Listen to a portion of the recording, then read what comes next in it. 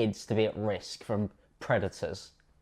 He decided that instead of asking YouTube to fix this problem, that he would destroy it. Destroy it for everybody. People who aren't involved in the sexual exploitation of kids, people who just make films, people who post their music onto YouTube, independent artists, filmmakers, they get punished. Because Matt had a little crusade he wanted to go on, and Reddit decided it was a really good idea to join in with him. Awesome. Now again, look, guys, this means that YouTubers are going to suffer, unfortunately. Bang on, if you look at Matt's channel, he's got loads of mid-rolls on his videos. So why are you trying to get the advertisers pulled, mate?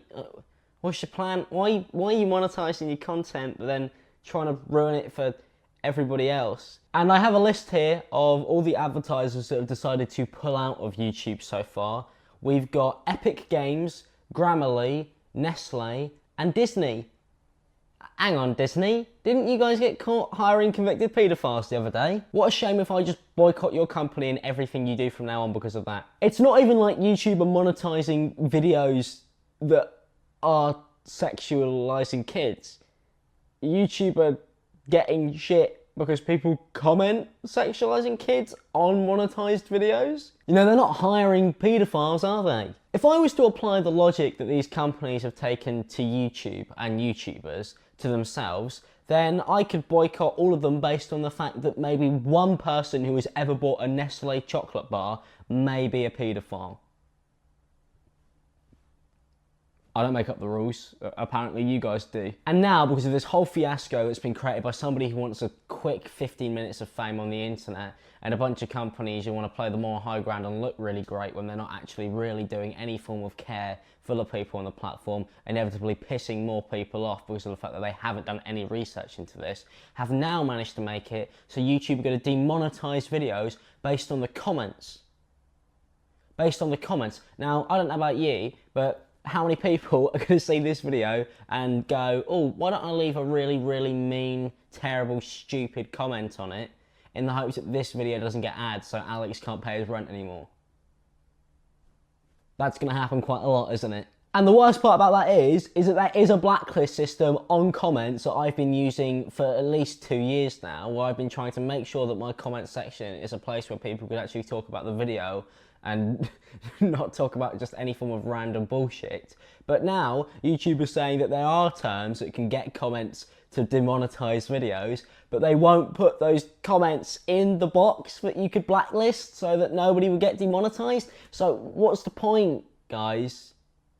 Like, what's the point? If you know what words are going to get ads removed from my video, why don't you just remove them? It's just mess after mess after mess because nobody seems to be properly looking at this at all. And it's ridiculous because there's so many people's livelihoods at stake now for something that just shouldn't be a big problem. And are YouTube at fault because of the fact that they don't do enough? Yes, there are tons of channels on YouTube that probably should be removed. But sometimes they do way too much, then people complain then. So I can't even be too angry at YouTube on this one. Have YouTube actively tried to fix this problem? Yes, they've been removing millions upon millions upon millions of videos. Apparently they've been reporting comments to the police recently. So they are trying, and yes, the system doesn't work perfectly. It's an algorithm, and you can't hire people to be able to go through and look at all of this stuff because there's just too much stuff being uploaded every single minute.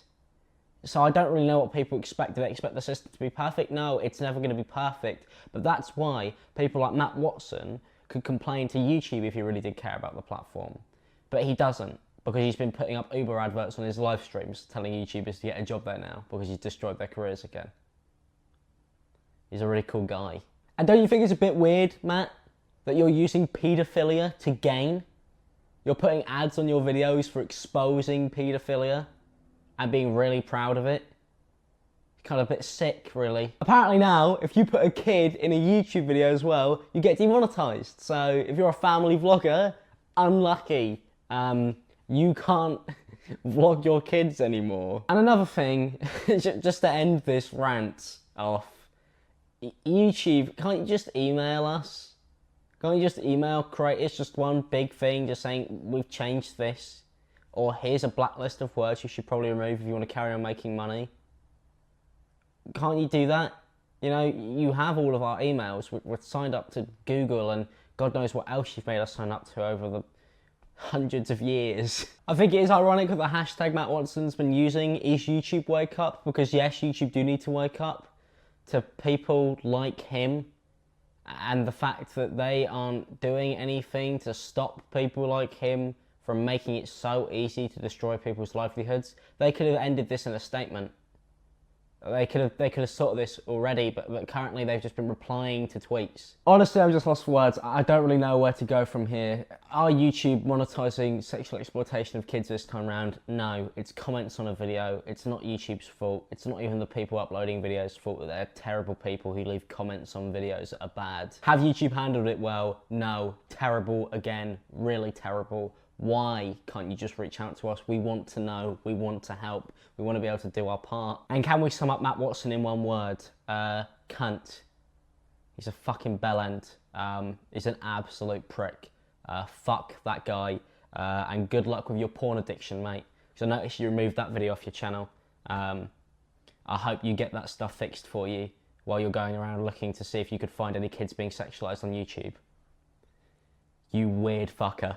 Last thing I'm going to do is I'm going to offer some advice. One of the things that I've been doing recently, that I've been working on for the last year, ad crisis or not, is my new clothing line, which I'm going to be releasing soon, because I think it's important now that people start to realise that maybe this ship isn't running smoothly and may never will. As well as that, I've been writing comedy stuff for the last year, and I'm going to be going on tour soon, so that's another fun thing I'll be doing. But the main point of all of this is that it's important to do other things.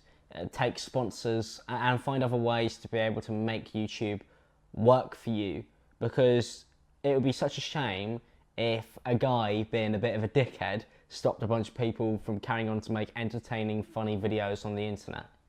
That would really suck, and it's just not going to happen, and I'm not going to let that happen. I'm not going to let a guy like that stop me from doing what I want to do. I'm going to carry on doing this and have as much fun as I always have done doing it, and none of this will ever stop me. It's just a mere inconvenience for a very short amount of time, because the advertisers will come back anyway, they always do. But there we go. If you're a YouTuber, find other ways to be able to make stuff work for you, and maybe invest in some other products and passions you got, because you might as well.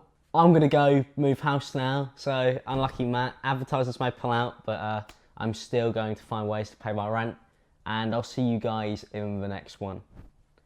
Peace out, people, and have a good day.